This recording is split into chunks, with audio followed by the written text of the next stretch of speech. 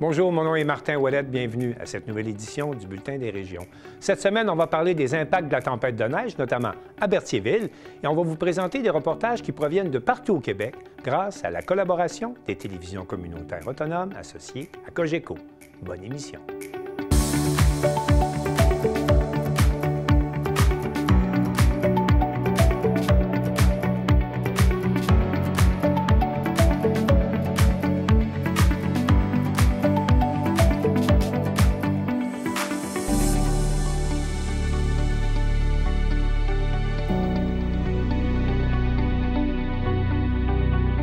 Au sommaire pour vous cette semaine.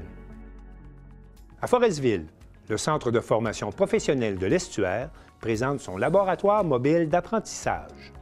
À Berthierville, on analyse les impacts de la panne d'électricité majeure causée par les récentes chutes de neige. La députée de Laurentide-Labelle répond à la question « C'est quoi faire de la politique? » À Montjoly, le transport adapté et collectif de la Métis souligne 40 ans de service à la population en lançant une nouvelle application. La 4e édition du gala Brandon en action met en vedette les entrepreneurs de la MRC de Dautré. À Sainte-Anne-des-Monts, la trade tournante fait soigner la compagnie dans le fond de la boîte à bois. À Port-Daniel-Gascon, une ligue de hockey féminine voit le jour. Mais pour commencer cette émission, on se rend à Causa-Piscale, où la rivière Matapédia est à son plus bas niveau en 28 ans, et Carl Blanchette de la télévision de la Matapédia fait le point sur cette situation et ses impacts, en compagnie de Mireille Chalufour de l'organisme Bassin Versant Matapédia-Restigouche. Je me trouve présentement au Parc des Fourches à Causa-Piscale, un endroit qui regorge de beauté, mais cette année, en fait cet automne plus précisément, on constate que le niveau d'eau est plutôt bas. Est-ce que c'est inquiétant ou non? Je m'adresse à Mireille Chalufour, qui est co-directrice de l'organisme de bassin versant Matapédia-Restigouche, afin d'avoir un portrait plus clair de la situation. Merci beaucoup, Mireille, de nous recevoir pour parler, parce que là, on regarde ça présentement, l'eau de la rivière a l'air plutôt basse. C'est-tu normal pour ce temps-ci de l'année? C'est quoi qui se produit? Non, c'est vraiment, on est dans des records. Là. On est plus bas que depuis 28 ans d'enregistrement au niveau des niveaux d'eau de la rivière. Fait qu'on est dans les plus basses qu'on a. Fait que là, en ce moment, on avait des niveaux d'eau qu'on va à environ de 5 mètres à 8 mètres. Puis l'eau de la rivière peut monter jusqu'à 500 mètres. Ah, OK. Cubes par seconde. Okay. Fait on passe, là, on est à 8 mètres cubes par seconde au niveau de la rivière Assiniquagon. Puis quand elle est dans son plus haut, elle peut être jusqu'à 500 mètres cubes par seconde. Okay. Fait que ça vous dit la différence, on est dans le bas des bas en ce moment. Ouais. Puis, c'est quoi qui aurait pu causer un niveau d'eau aussi bas? C'est juste un manque de précipitation ou il y a d'autres facteurs? Là? Certains. Manque de précipitation. Je ne pourrais pas te répondre à cette science, toute cette science infuse de tout ce qui est en arrière, le changement climatique. On sait qu'avec les changements climatiques, on va avoir des variations plus accentuées. On parle de crues, mais on parle aussi de sécheresse. Okay. Alors, par exemple, je pense à nos jeunes qui font des suivis environnementaux d'une station environnementale. Ils regardent les petits insectes qui sont sous l'eau, à travers les roches, ils font des suivis de qualité de l'eau dans le bout de la rivière Matapédia à la confluence, proche de la confluence. En ce moment, c'est leur 2e année que les jeunes arrivent face à leur rivière, puis le bras est mort comme ça. Ils sont plus capables de faire leur analyse de l'eau, de leur suivi de rivière, parce que la rivière est à sec et tous les insectes sont morts. Et que les jeunes réalisent fortement, 2 années de suivi, ils réalisent qu'il y a quelque chose qui se passe au niveau de ça. Puis ça, j'imagine, ça peut affecter beaucoup la biodiversité. Ici, on est au royaume du saumon. J'imagine que ça affecte la fraie du saumon, aussi leur déplacement dans les cours d'eau. En fait, là, je voudrais pas être un poisson. Je ne saurais pas trop où me mettre. Alors, les seuls endroits qui vont rester se mettre, ça va être proche des refuges thermiques ou des refuges thermiques avec suffisamment d'eau. En ce moment, pour le saumon et la truite, l'omble-fontaine, il va avoir besoin d'une épaisseur d'eau suffisante pour aussi conserver les œufs pendant l'hiver. Ça, c'est pour le niveau du saumon, puis trouver leur habitat. Fait que, premièrement, il faut qu'ils réussissent à monter. Oui. On est ça. Fait qu'on a des tributaires que l'omble-fontaine et autres doivent être pris dans un petit trou d'eau, puis c'est super dangereux pour le braconnage. Parce que là, c'est facile d'aller chercher les pois. OK. Puis, c'est encore plus triste quand on est face à ça. On sait qu'on a coupé les sous au niveau du suivi environnemental pour la qualité de l'eau, au niveau de tous les suivis environnementaux des rivières. Ça a été coupé. C'est pour le mois d'octobre et novembre. On avait au-dessus de 30 ans de suivi. Puis en ce moment, on sait aussi que le bureau des agents de la faune va quitter. Donc ça aussi, ça devient... On se retrouve dans des situations vraiment non idéales pour maintenir ce qui est notre royaume du saumon qui est ici. OK. Puis là, on voit que justement, c'est anormal. Est-ce que c'est de quoi qui risque de se reproduire d'année en année? C'est-tu... Oui. Si on regarde selon les dernières années, est-ce que ça va toujours en baissant? Moi, la dernière fois que j'avais vu mort, sans eau, c'est en 2012. Okay. Ici, puis il y avait eu une autre grande sécheresse en 2006, si je ne me trompe pas. Okay. Fait que, oui, ça va se reproduire. Que sérieux, ça va se reproduire de plus en plus. Et c'est là que c'est inquiétant. Parce que là, l'eau, elle devient moins épaisse, c'est moins profond d'eau. Oui. Le réchauffement va être beaucoup plus intense. Fait que le réchauffement, ça va être plus facile de réchauffer cette superficie d'eau-là que cette profondeur. OK. Et ça aussi. Le saumon est super sensible à la température de l'eau. La truite aussi. Okay. C'est des bio-indicateurs. C'est eux autres qui nous disent si l'eau est en bonne santé puis si elle est froide suffisamment. Nous, on n'a pas des rivières de sableuses puis d'argile comme on peut retrouver comme plus dans les basses terres du Saint-Laurent. Okay. Ici, nous, on a du caillou puis de la petite roche puis ça regorge d'oxygène puis d'espace puis c'est ça que le courant fait. Okay. Et c'est ce qui fait qu'on a un habitat génial pour notre saumon puis ce qu'on appelle les salmonidés, le saumon et la truite. Toutefois, là, en ce moment, qu'est-ce qui va se passer? C'est que ça va être trop chaud. Quand on atteint un 20 degrés, le saumon ou l'omble-fontaine commence à avoir un stress qui vient affecter un stress léthargique. Donc, ils vont moins bouger et autres parce que l'eau va être trop chaude. Quand on tope des températures de 23, on risque de la mortalité. Et si ça dure trop longtemps, là, on se retrouve avec de plus en plus de jours où on a de la température de 23 degrés jusqu'à 27 et même 30 degrés observés dans la rivière Restigouche cette année. C'est la température de l'eau. La température de l'eau. Fait que finalement, ce qu'on se retrouve, c'est que les journées, les temps d'exposition de l'eau chaude est beaucoup plus long. Puis là, ça va être encore beaucoup plus long. Heureusement que là, l'été, il est fini. Ouais. Pour eux, ça donne une chance, l'eau va rester froide. Donc, qu'est-ce qu'on peut faire, nous, dans notre vie, dans notre milieu de vie, dans nos maisons, des jardins de puits? Récupérer l'eau. Récupérer l'eau aussi pour qu'elle aille s'infiltrer dans le sol. L'économie d'eau potable aussi, là, ça va venir jouer. Donc, ne pas arrêter de laver sa pelouse, de laver son stationnement ou avec l'eau. J'en vois encore. Donc, ça va être l'économie d'eau potable, l'infiltration de l'eau, la gestion de l'eau, toutes les tendances qu'on poussait vers ça vont devenir quasi des obligations, pas des obligations, mais un mode essentiel de travailler et puis de maintenir collectivement cette ressource qui est l'eau. Merci beaucoup, Mireille.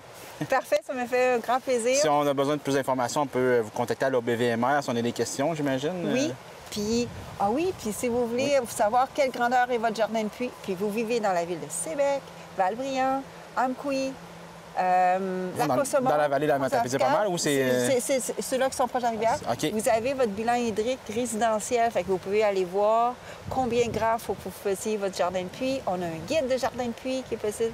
Commencez à y penser, c'est faisable. Donc, si vous avez besoin de conseils, aussi, on est là, l'organisme de bassin. Parfait, on va mettre l'adresse au bas de l'écran. Parfait. Merci. Merci.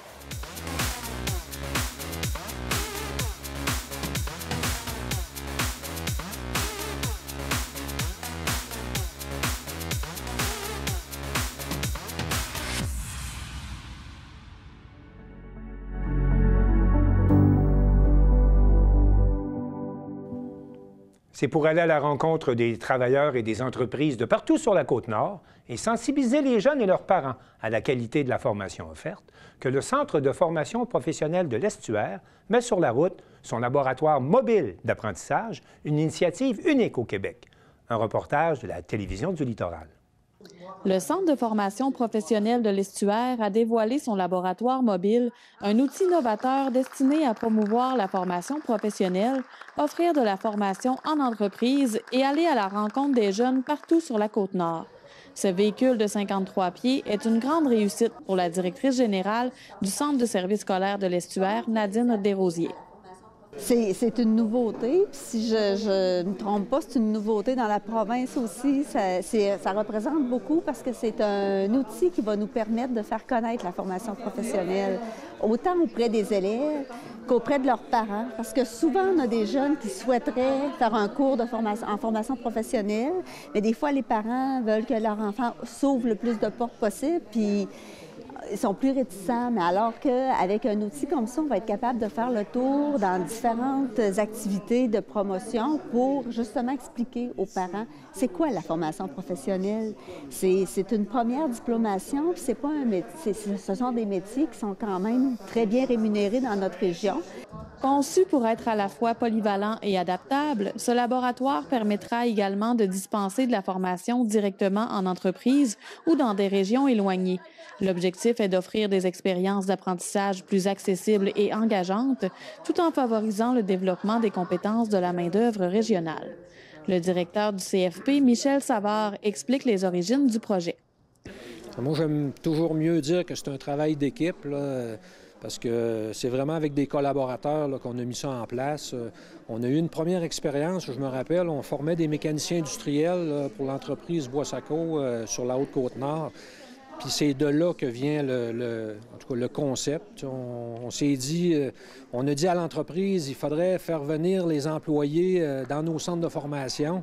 Puis c'était vraiment pas possible parce qu'à cause des arrêts de production, tout ça. Donc, quand je dis on a amené l'école à l'entreprise, c'est un peu ça qu'on a fait, là, en collaboration avec mon partenaire, là, Guy Bilodeau.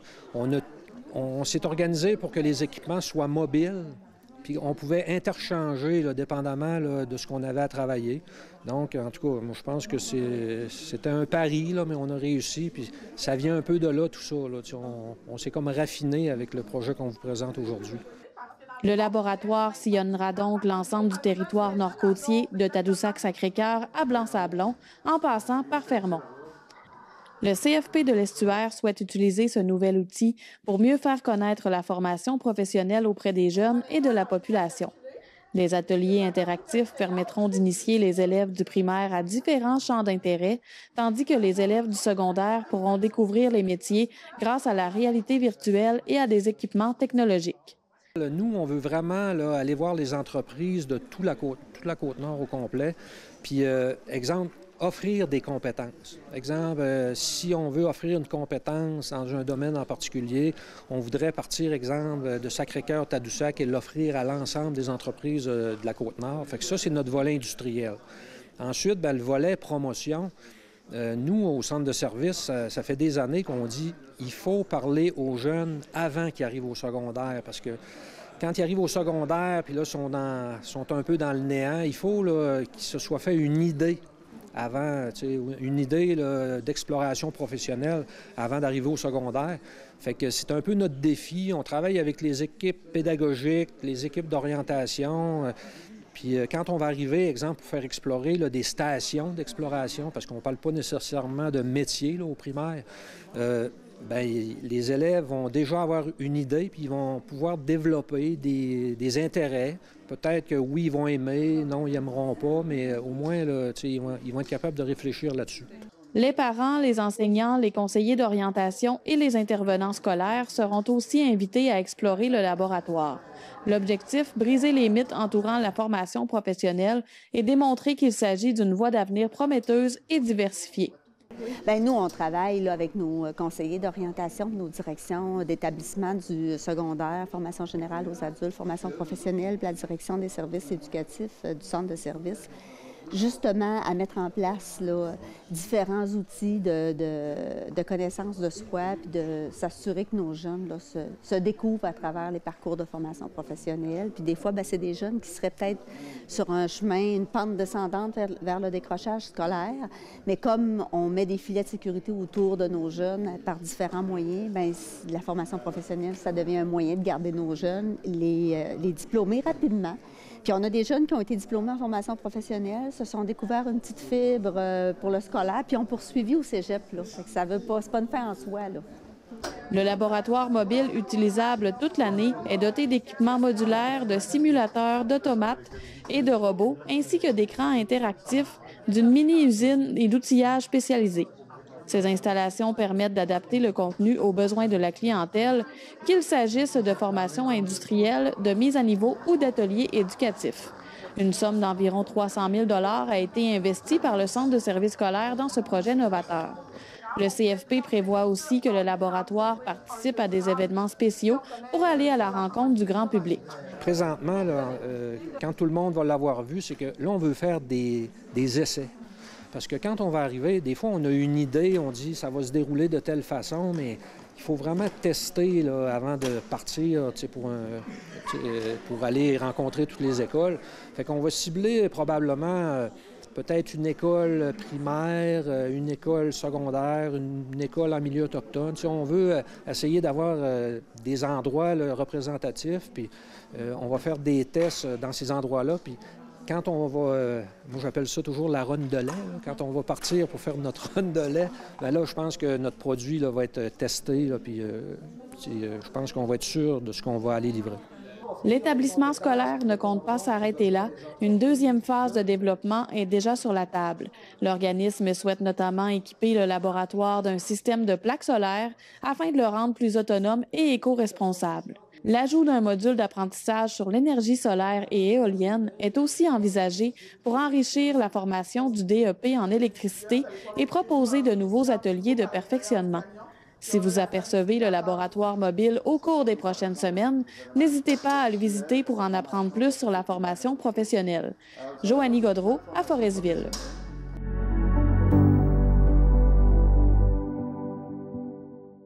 Les récentes chutes de neige ont provoqué beaucoup de pannes d'électricité au Québec. Jusqu'à 350 000 abonnés d'Hydro-Québec ont été privés d'électricité en début de semaine, notamment dans la région de Berthierville. Et nous allons faire le point avec Daniel Yvon de CTRB, car on ne réalise pas toujours les impacts importants de telles pannes de courant. Daniel Yvon, bonjour.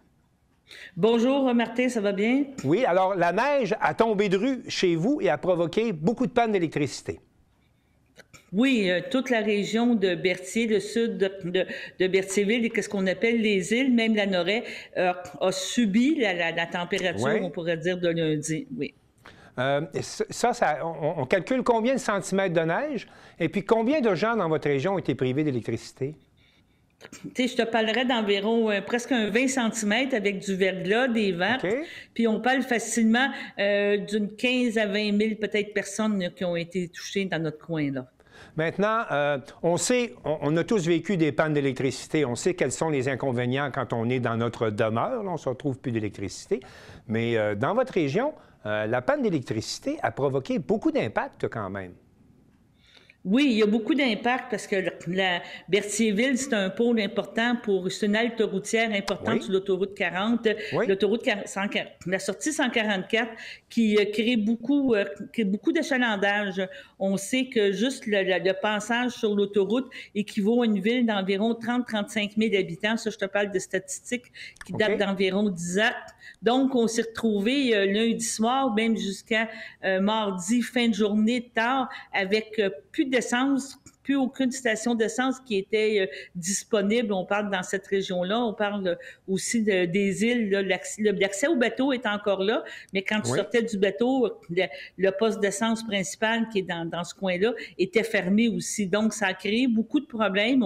On peut imaginer quelqu'un qui était sur l'autoroute, sachant qu'il y a beaucoup de services à Berthierville, se disant « Je vais arrêter à Berthier, prendre de l'essence », puis il y en a pas d'essence. On est plusieurs à le faire, Daniel. On est plusieurs à le faire, oui. Et là, tout était fermé.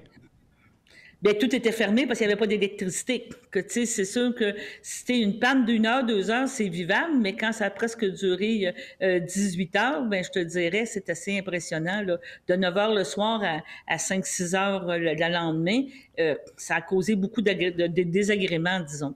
Et là, les automobilistes ne pouvaient pas compter sur la fameuse halte routière de Berthierville où on retrouve tous les services. Tout ça était fermé. Mais Daniel, vous me dites également qu'il y a eu d'autres effets comme tels à cette panne d'électricité.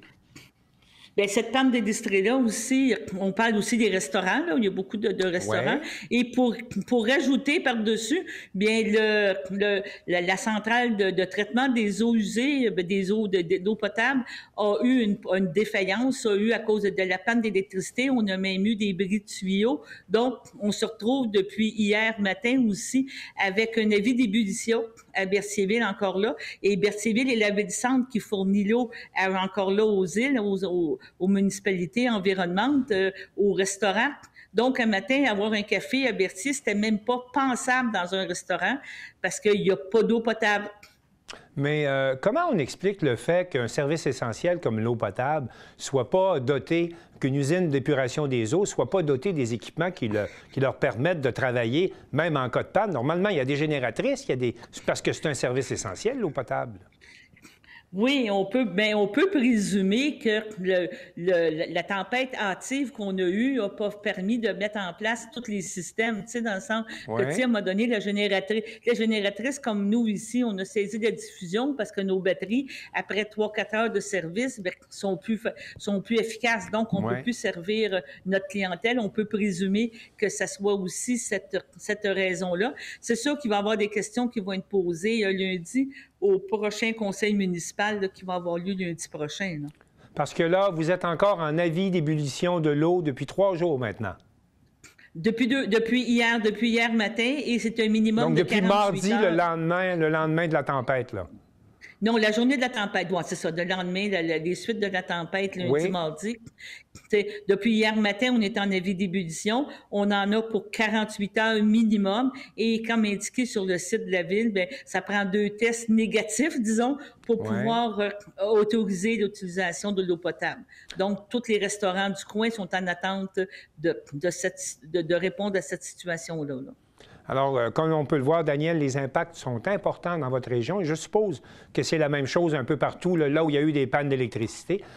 Mais il y a une particularité chez vous. L'usine de transformation, de traitement des eaux a été, elle aussi, en panne pendant un certain temps, ce qui est quand même assez particulier pour un service essentiel comme celui-là. Oui, absolument. Vous avez absolument raison. Oui. On se pose des questions, mais on n'a pas de réponse pour l'instant. Mais il y a des conseils de ville un peu partout au Québec la semaine prochaine. Peut-être que vous aurez des réponses. Parlant de conseils de ville, là, je voulais en parler avec vous. C'est assez particulier parce qu'il y a un conseiller municipal par chez vous qui a été élu par pile ou face. Qu'est-ce qui est arrivé? Qu'est-ce qui est arrivé, c'est que le soir des élections, le fameux 2 novembre, il y avait des candidatures. Il y avait Gaétan Bayard, qui était le conseiller sortant, et un nouveau conseiller qui voulait se présenter, Louis-Philippe Hébert, dans la municipalité de Sainte-Geneviève de Berthier. Et étrangement, le nombre de votes a été équivalent. Donc, on parle de 68 votes pour chacun des candidats. Oui, on voit le bulletin, là, oui. C'est ça, on voit la réponse. Il n'y a aucun vote de rejeté et les procédures légales, là, on pourrait dire, quand ça arrive, c'est le fait qu'un juge a dû refaire le recomptage. Cette activité-là a eu lieu lundi dernier, donc le 10 novembre, et le juge a dit qu'il n'y avait absolument aucune irrégularité, excusez-moi. Oui, c'est ça, irrégularité. Donc, il a confirmé justement l'égalité des 2 candidats et la solution dans ce temps-là, selon la loi, c'est de tirer à pile ou face. Donc, c'est le nouveau conseiller. On a Louis-Philippe Hébert qui va être le nouveau conseiller pour le district 3. Monsieur Bayard, qui était un conseiller depuis très, très longtemps, qui était beaucoup pour... Ça, c'est M. Hébert qu'on voit là, à l'écran. Donc, M. Gaétan Bayard, qui a été conseiller pendant plusieurs années, ardent défenseur d'environnement, donc a perdu son poste à pile ou face. Eh bien, on en verra de tous les genres dans ces élections municipales. Daniel Yvon, merci d'avoir fait le point, puis de nous rappeler qu'il y a beaucoup d'impacts que l'on n'envisage pas toujours lorsqu'il y a des pannes d'électricité. Et puis, je vous dis au prochain pile ou face pour se revoir. D'accord. Oui, c'est ça, on verra. Mais c'est assez inhabituel. C'est ça, on verra. Donc, la prochaine fois, ce conseiller-là va se présenter comment tu as gagné à pile ou face. Oui, on ne peut pas dire que ça s'est jugé au mérite. Daniel Yvon, merci beaucoup et au plaisir de vous retrouver. Merci.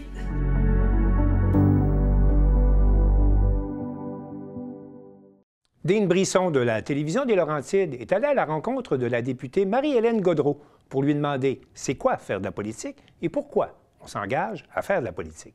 C'est là que la passion pour la politique débute ou c'est un petit peu plus tard? C'est où que ça... En fait, tu sais, quand on se rend compte, c'est quoi la politique? C'est d'aider notre monde. Oui. Hein? Puis dès que je me suis rendu compte que finalement, j'en ai toujours fait, mais que je n'étais pas nécessairement militante active, bien que, bon, j'ai quand même milité passablement dans les années 2000 au Parti québécois, et j'ai vécu l'expérience d'être attachée politique de Joanne Deschamps de 2009 à 2011. Je me suis rendu compte que la politique, c'est notre vie, parce que toute ma vie, partout où je travaillais, j'essayais de soutirer le maximum pour, dans le fond, ce sur quoi on tentait, dans le fond, que ce soit des sommes d'argent pour les organismes communautaires, s'assurer que les services, les prestations de services. Quand j'ai fait de la suppléance dans les écoles, c'était qu'est-ce qu'on peut faire pour amener les élèves à aimer l'école, à vouloir apprendre.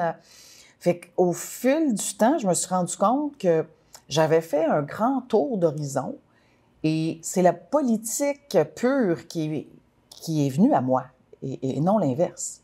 Parce qu'en 2018, hein, si on se souvient, quand Yves-François Blanchet est devenu le chef du Bloc québécois, ben on nous disait qu'on n'existait plus, là, le Bloc. Hein? Il y avait 10 collègues qui sont toujours là. Ça fait 6 ans maintenant. Ça fait 6 ans. 3 mandats. 3 mandats. Hey, ça en fait des élections en si peu de temps. Ça fonctionne comment, là? Vous venez ici, vous passez plusieurs jours par semaine ici. Oui, en fait, le volet législatif, hein, parce qu'un député, c'est de représenter son monde. Donc, évidemment, quand je dis aux gens, si vous me voyez toujours sur le terrain 65 jours par année, ça veut dire que je ne fais pas mon travail. Parce qu'il y a 26 semaines dans l'année où on a notre travail de représentant à Ottawa. Donc, hein, ça commence en septembre, une pause à Noël, puis on finit juste avant l'été. C'est pour ça que l'été, on a beaucoup plus de temps d'aller voir notre monde. Exact. C'est à peu près 200 événements par année, là, même si je suis 6 mois quand même. ici. Là, la famille, comment ils ont pris ça, la famille, depuis 6 ans? Là? Comment vous conjuguez avec ça? Ça a été une grande de mes réflexions parce qu'en 2019, mes 2 filles avaient 12 et 15 ans. Donc, on va se dire que c'est des grandes, mais c'est au cœur même de l'adolescence. Donc, ben, je les ai mis dans le coup. Et puis, on a fait un pacte aussi en se disant, le 26 semaines, je vais vraiment me dévouer. Et honnêtement, il faut que je dise quelque chose. Parce que lors du résultat, en 2019, je m'en souviens comme c'était hier, il y avait une journaliste. Bon, me demande si j'étais fière. Effectivement, il se retourne et pose la question à mes 2 filles. Qu'est-ce que ça fait? Qu'est-ce que ça vous fait de perdre votre mère? Ouf, quand même, c'est une drôle de question. Ouais. Mais ça, oui, je peux comprendre. Est-ce que tu sais qu'est-ce qu'ils ont répondu? J'en ai des frissons encore. Ils ont dit, écoutez, madame, notre mère a passé, depuis qu'on est enfant, auprès de notre grand-père, qui, mon père, était atteint de la sclérose latérale amyotrophique. Donc, les dernières années, c'était du 20 heures semaine, là, du temps pour lui donner des soins, nourrir, etc. Fait qu'ils ont dit, elle a consacré beaucoup de temps à notre grand-père. Et là, grand-papa n'est plus là. Donc, le temps qu'elle va investir dans une année, ben elle va l'offrir à beaucoup plus de gens. Là, j'ai fait « OK! » C'est quand même touchant. Fait que, dans le fond, c'est là que je me suis dit, c'est la qualité qui est importante. Donc, les moyens de communication aujourd'hui, c'est extraordinaire. C'est un coup de téléphone, un texto, on peut se voir. Oui. Des fois, on fait un aller-retour. Ouais, j'étais à 2 heures, même pas 2 heures et demie. Justement, vous voyagez seul quand vous voyagez? Vous prenez votre voiture? Absolument. Là, vous embarquez dans la voiture. La première fois, je vais sauter à la première fois parce que ça m'intrigue. La première fois, vous embarquez dans la voiture, on s'en vient ici, vous allez découvrir votre bureau, vous installer. Comment ça se passe la première fois? Bien, c'est étourdissant. Oui, hein? Puis en même temps, on s'en rend pas compte. Et une chance qu'on s'en rend pas compte. Parce que là, les portes s'ouvrent, les gens t'appellent honorable, puis là, tu fais comme « Oh, attends une minute, là! » C'est gros. C'est gros! C'est gros, là. Fait qu'une chance que, en tout cas pour ma part, même aujourd'hui, des fois, c'est quand j'ai de la visite comme toi qui vient, je me dis, OK, c'est vrai, on représente quand même les 41 millions de Canadiens, puis on est 343. Mais il ne faut pas que je pense à ça, parce que je pense à qui? Je pense à mon monde de Laurentides-Labelle. Exactement. Là, vous amenez...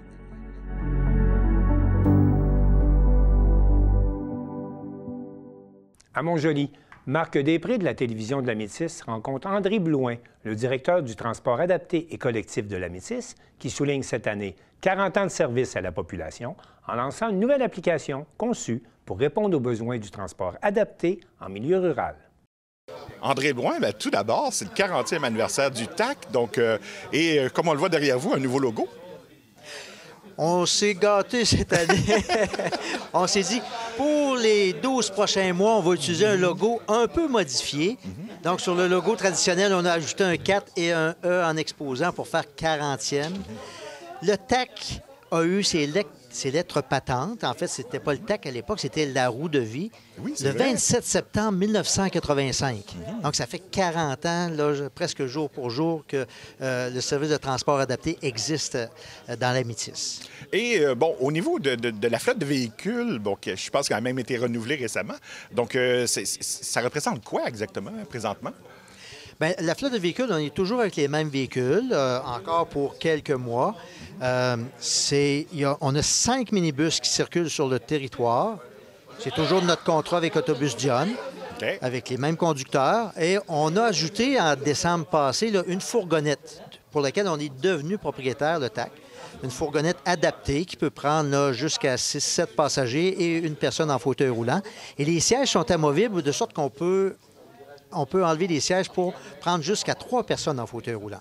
Et à ce moment-là, donc, ça veut dire qu'en partant, donc, les 6 véhicules sont adaptés là, pour les véhicules à mobilité réduite. Là, pour les... Oui, et incluant celui qui va vers Rimouski. Oui, OK. Celui vers Rimouski, ce n'est pas officiellement un transport adapté, mais les gens à mobilité réduite peuvent l'utiliser parce que le véhicule est adapté. Donc, peut-être un fait que pas tout le monde connaisse. Absolument, absolument, c'est ça. Et, naturellement, le gros sujet aujourd'hui, c'est le lancement d'une nouvelle application. On y travaille depuis longtemps?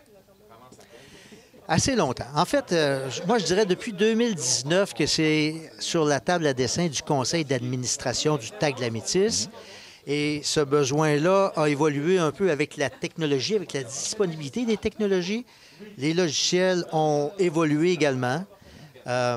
Pour faire du transport urbain sur des lignes régulières, ça existe depuis longtemps.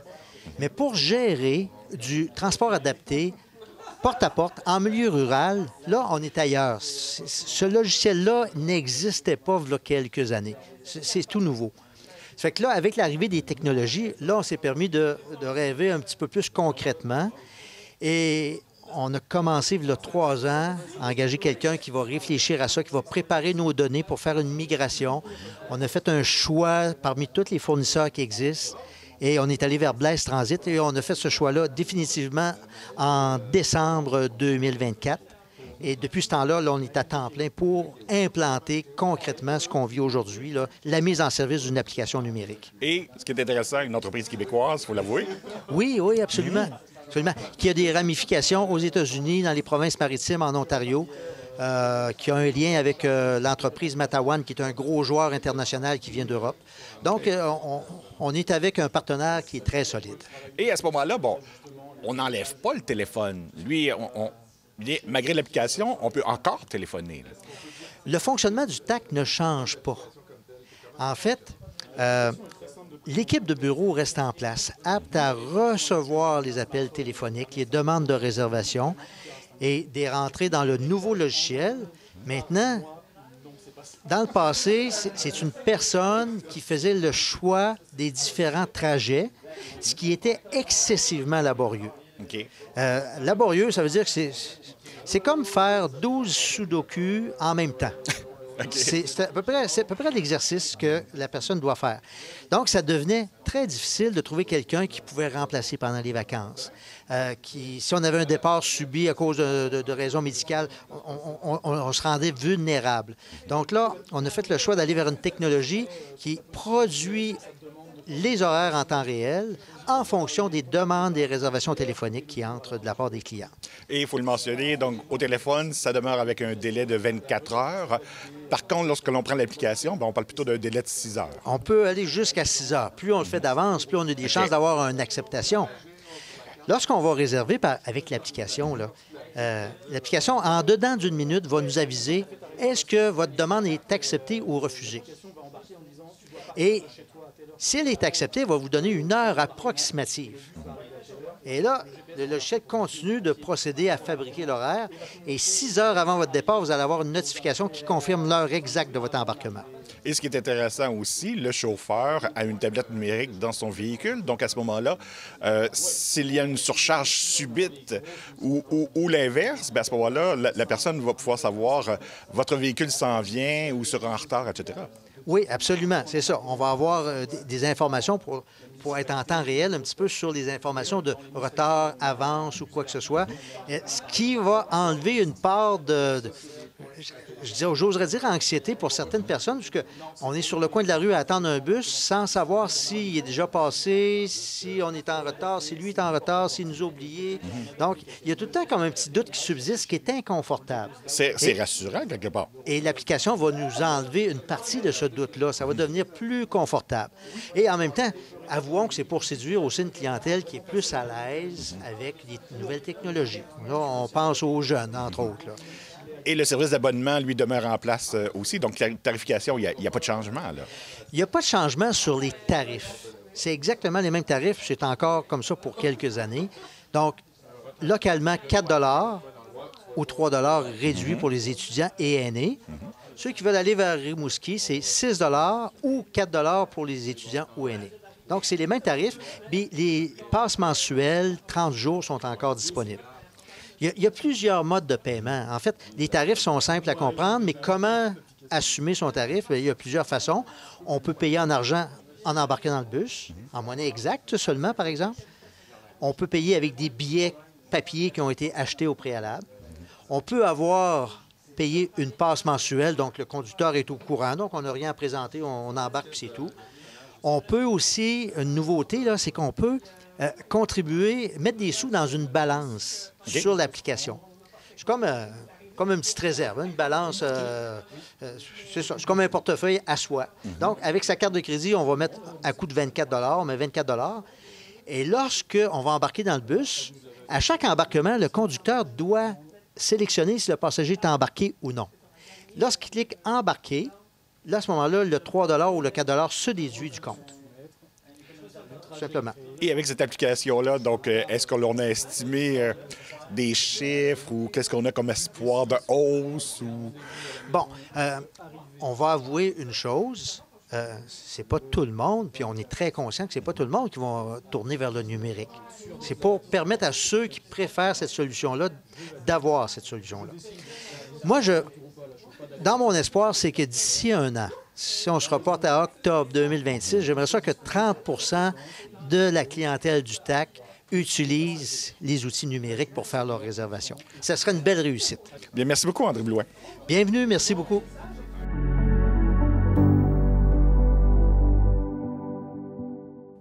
La Chambre de commerce de Brandon tenait le 6 novembre dernier la 4e édition du gala Brandon en action, où près de 40 entreprises et organisations étaient mises en nomination dans une dizaine de catégories.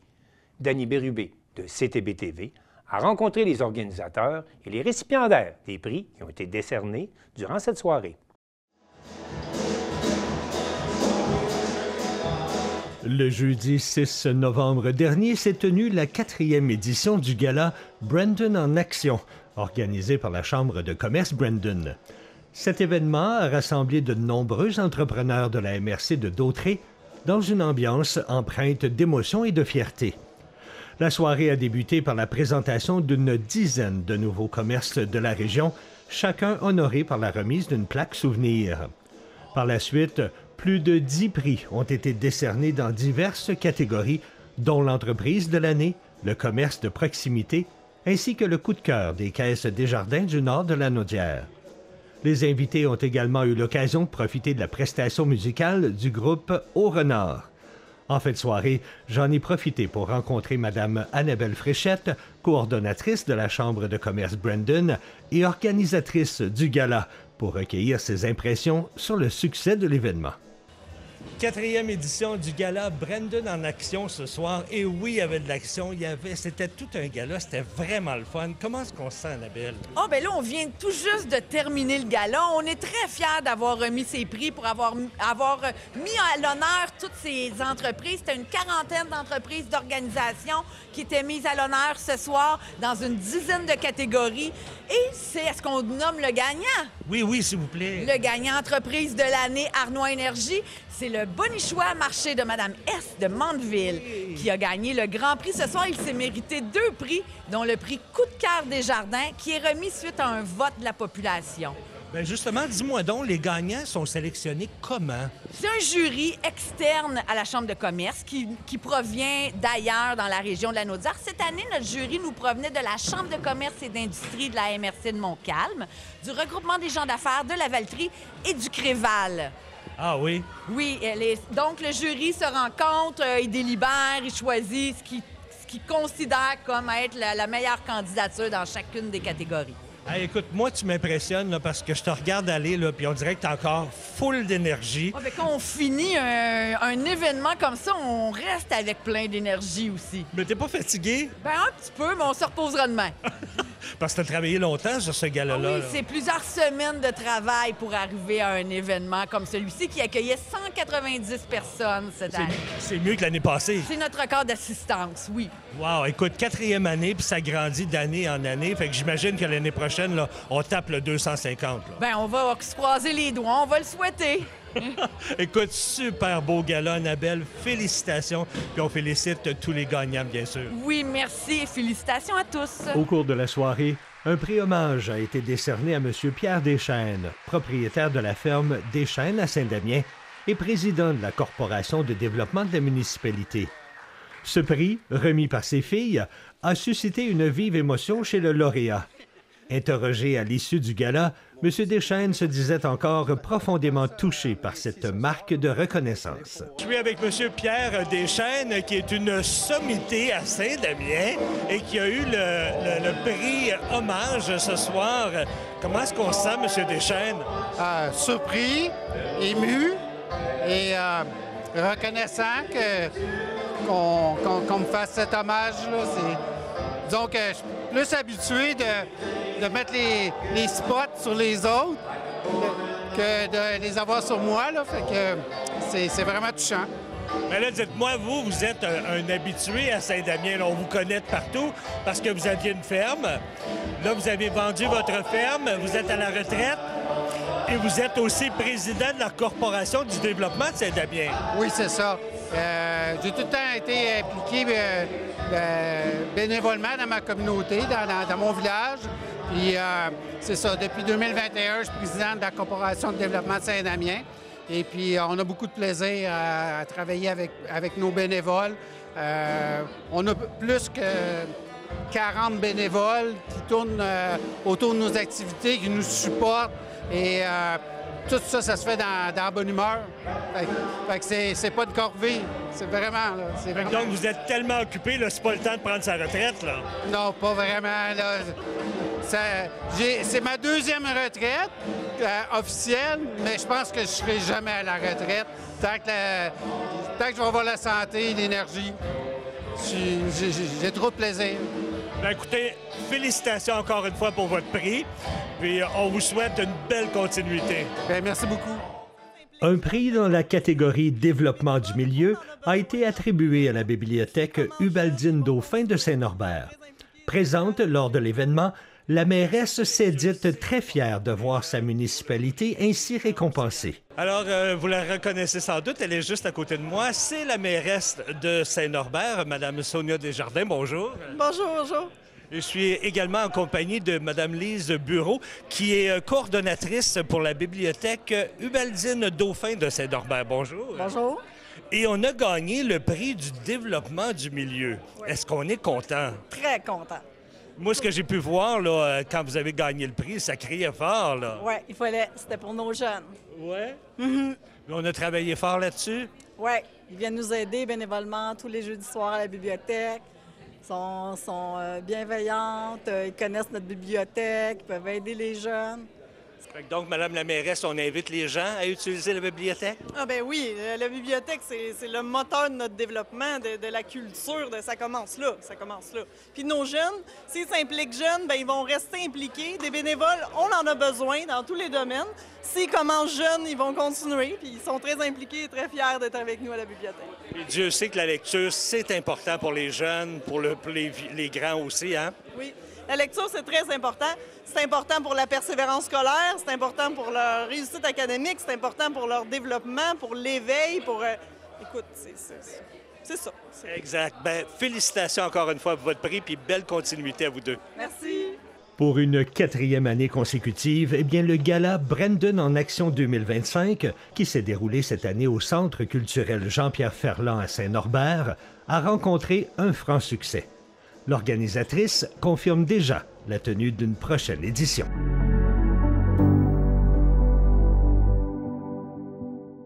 La trade tournante était de passage à Sainte-Anne-des-Monts avec une programmation comprenant des jams, des ateliers de danse, un concert du groupe Cavaz et une veillée de danse traditionnelle. La télévision de la Haute-Gaspésie a rencontré ces joyeux lurons qui font vivre et revivre nos traditions musicales. Aujourd'hui, on est ici pour la 2e fin de semaine de Trad tournante, qui est en fait un concept pour pouvoir mettre ensemble des musiciens de la région et des musiciens que j'invite. Par exemple, cette fois-ci, c'est l'ensemble Cavaz qui vient de Montréal.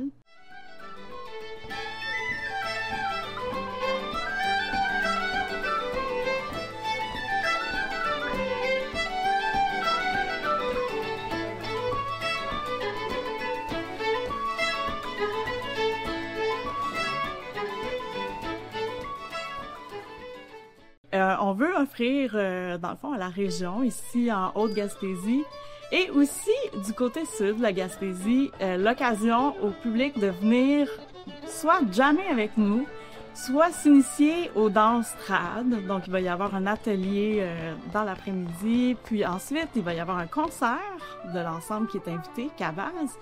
Et puis, en soirée, on fait une danse, une veillée de danse traditionnelle calée. Notre calleuse, c'est Hélène Gaulin. Moi, je suis biologiste de formation. Donc, j'ai travaillé toute ma vie comme biologiste, là, surtout dans le domaine de l'éducation du public. Puis, j'ai découvert la danse traditionnelle, ça fait peut-être une dizaine d'années, en allant à une veillée de danse à Petite-Vallée, au Festival en chanson de Petite-Vallée. Et puis, j'ai eu ben du plaisir à danser. Mais je regardais le calleur sur la scène, puis je me disais, moi, c'est ça que j'aimerais faire. Parce que j'aime beaucoup faire de l'animation. Un calleur, une calleuse, c'est la personne qui anime la veillée de danse. Donc, qui explique les danses aux gens. Puis ensuite, qui annonce les mouvements. Donc, on va dire, tout le monde par la main, une ronde à gauche, changer de côté, on s'est trompé, on swing le sien, on swing la sienne, ainsi de suite. Donc, on annonce les mouvements. Donc, les gens n'ont pas besoin de savoir danser. Ils écoutent le call et puis ils savent ce qu'ils ont à faire puis comment ils peuvent s'amuser. Oui, c'est rythmé, on doit suivre la musique et puis on doit aussi mettre des accents pour que les gens savent quand commencer la figure puis leur donner l'énergie. Puis le rôle du calleur, hein, c'est que les gens aient du plaisir puis mettre le party dans la place, comme on dit.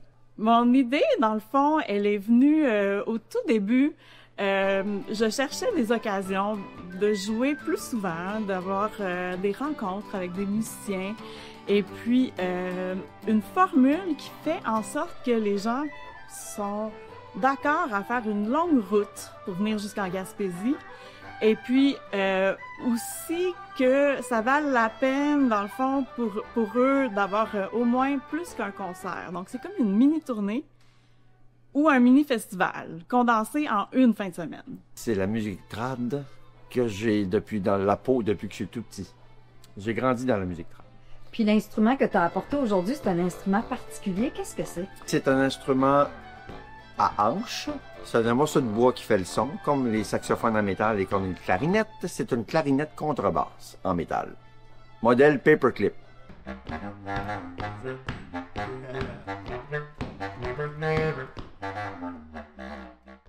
Toi, tu es un musicien, ça fait longtemps que tu fais de la musique. Tu joues quoi comme instrument? Je joue plein d'instruments. J'ai grandi sur le piano toute mon enfance. C'était mon Game Boy, on n'avait pas de télévision.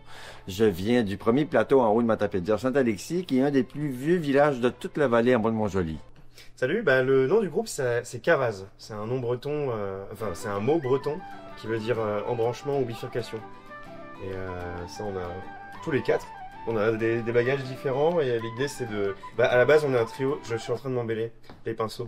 Parce qu'en ce moment, Jocelyne elle remplace Isaac, mais on est un trio à la base donc c'est pas très clair. On connaît Émilie depuis un petit bout, puis dans le fond l'idée du projet est qu'on fait de la musique québécoise, irlandaise et bretonne. Et fait que là, elle a décidé de nous inclure pour venir jouer de la musique québécoise. Oui, c'est ça, c'est un peu l'idée de faire un échange avec elle, puis Martin, puis de jouer des tunes gaspésiennes, jouer pour les danses, puis venir jouer. C'est ça, c'est bien fun, c'est un beau projet.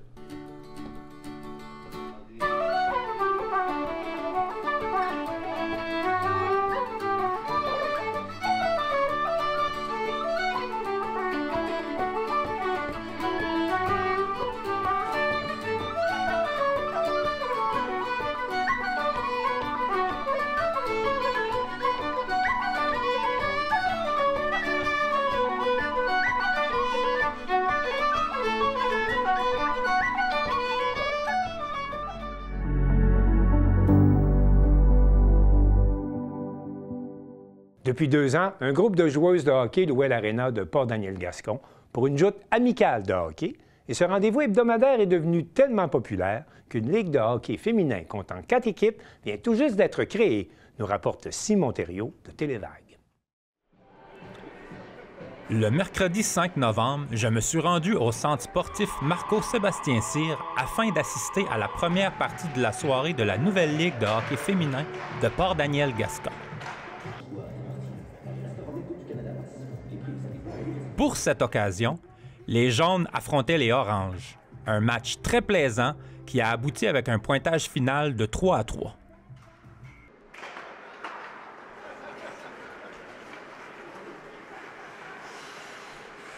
En compagnie de Valérie Castillo, je te remercie. Tu viens juste de jouer un match, donc c'est vraiment plaisant que tu es ici.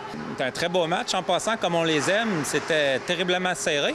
Puis c'est la nouvelle ligue de hockey féminin de Port-Daniel-Gascon. Donc, comment ça a pris forme, cette ligue-là, Valérie? Bien, dans le fond, depuis 2 ans, on faisait toujours une gang de filles. Là, on était une quinzaine, vingtaine de filles qui faisaient une location de glace tous les mardis soirs. Fait que quand quelqu'un qui était dispo pouvait venir, on n'avait pas besoin de s'inscrire, on venait quand ça nous tentait, puis on payait, mettons, 10$ chaque fille.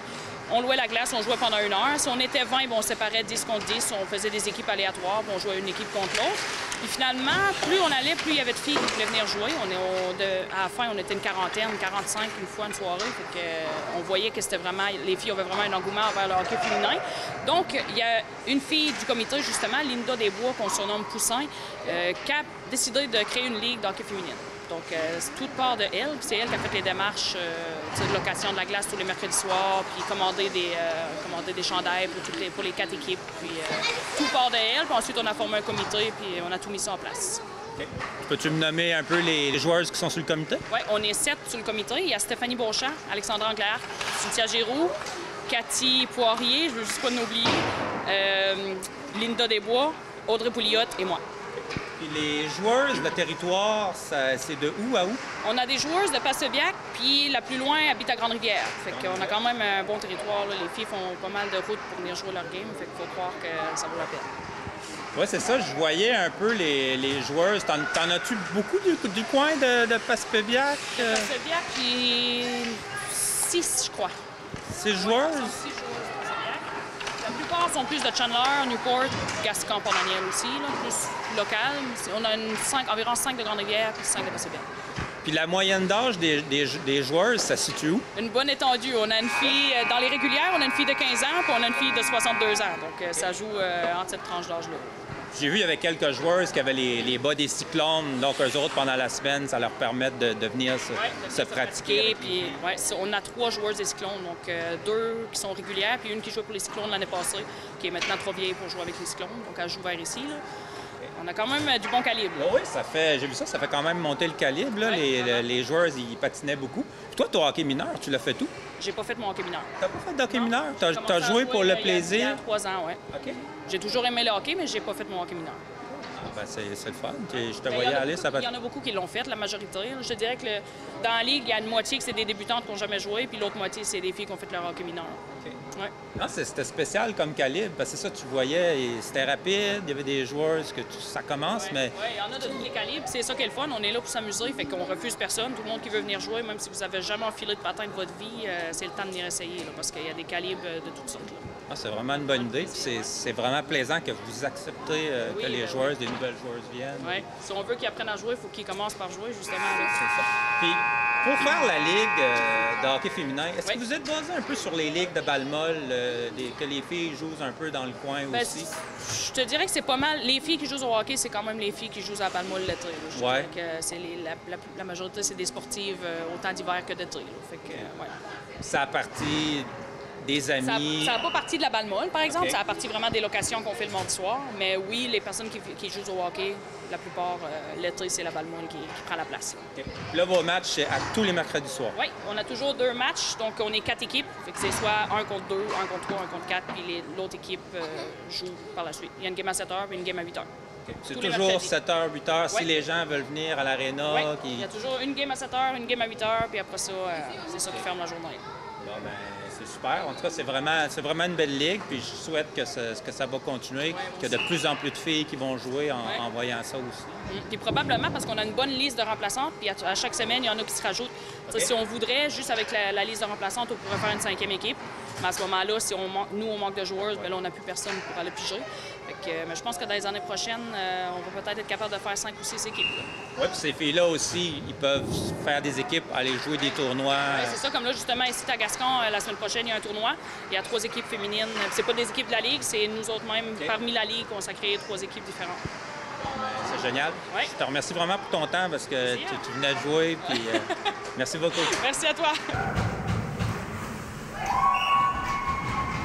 Pour venir voir du hockey féminin au centre sportif Marco-Sébastien Cyr de Port-Daniel-Gascon, les parties ont lieu tous les mercredis soirs. Le premier affrontement a lieu à 7 h et le second se déroule ensuite à 8 h.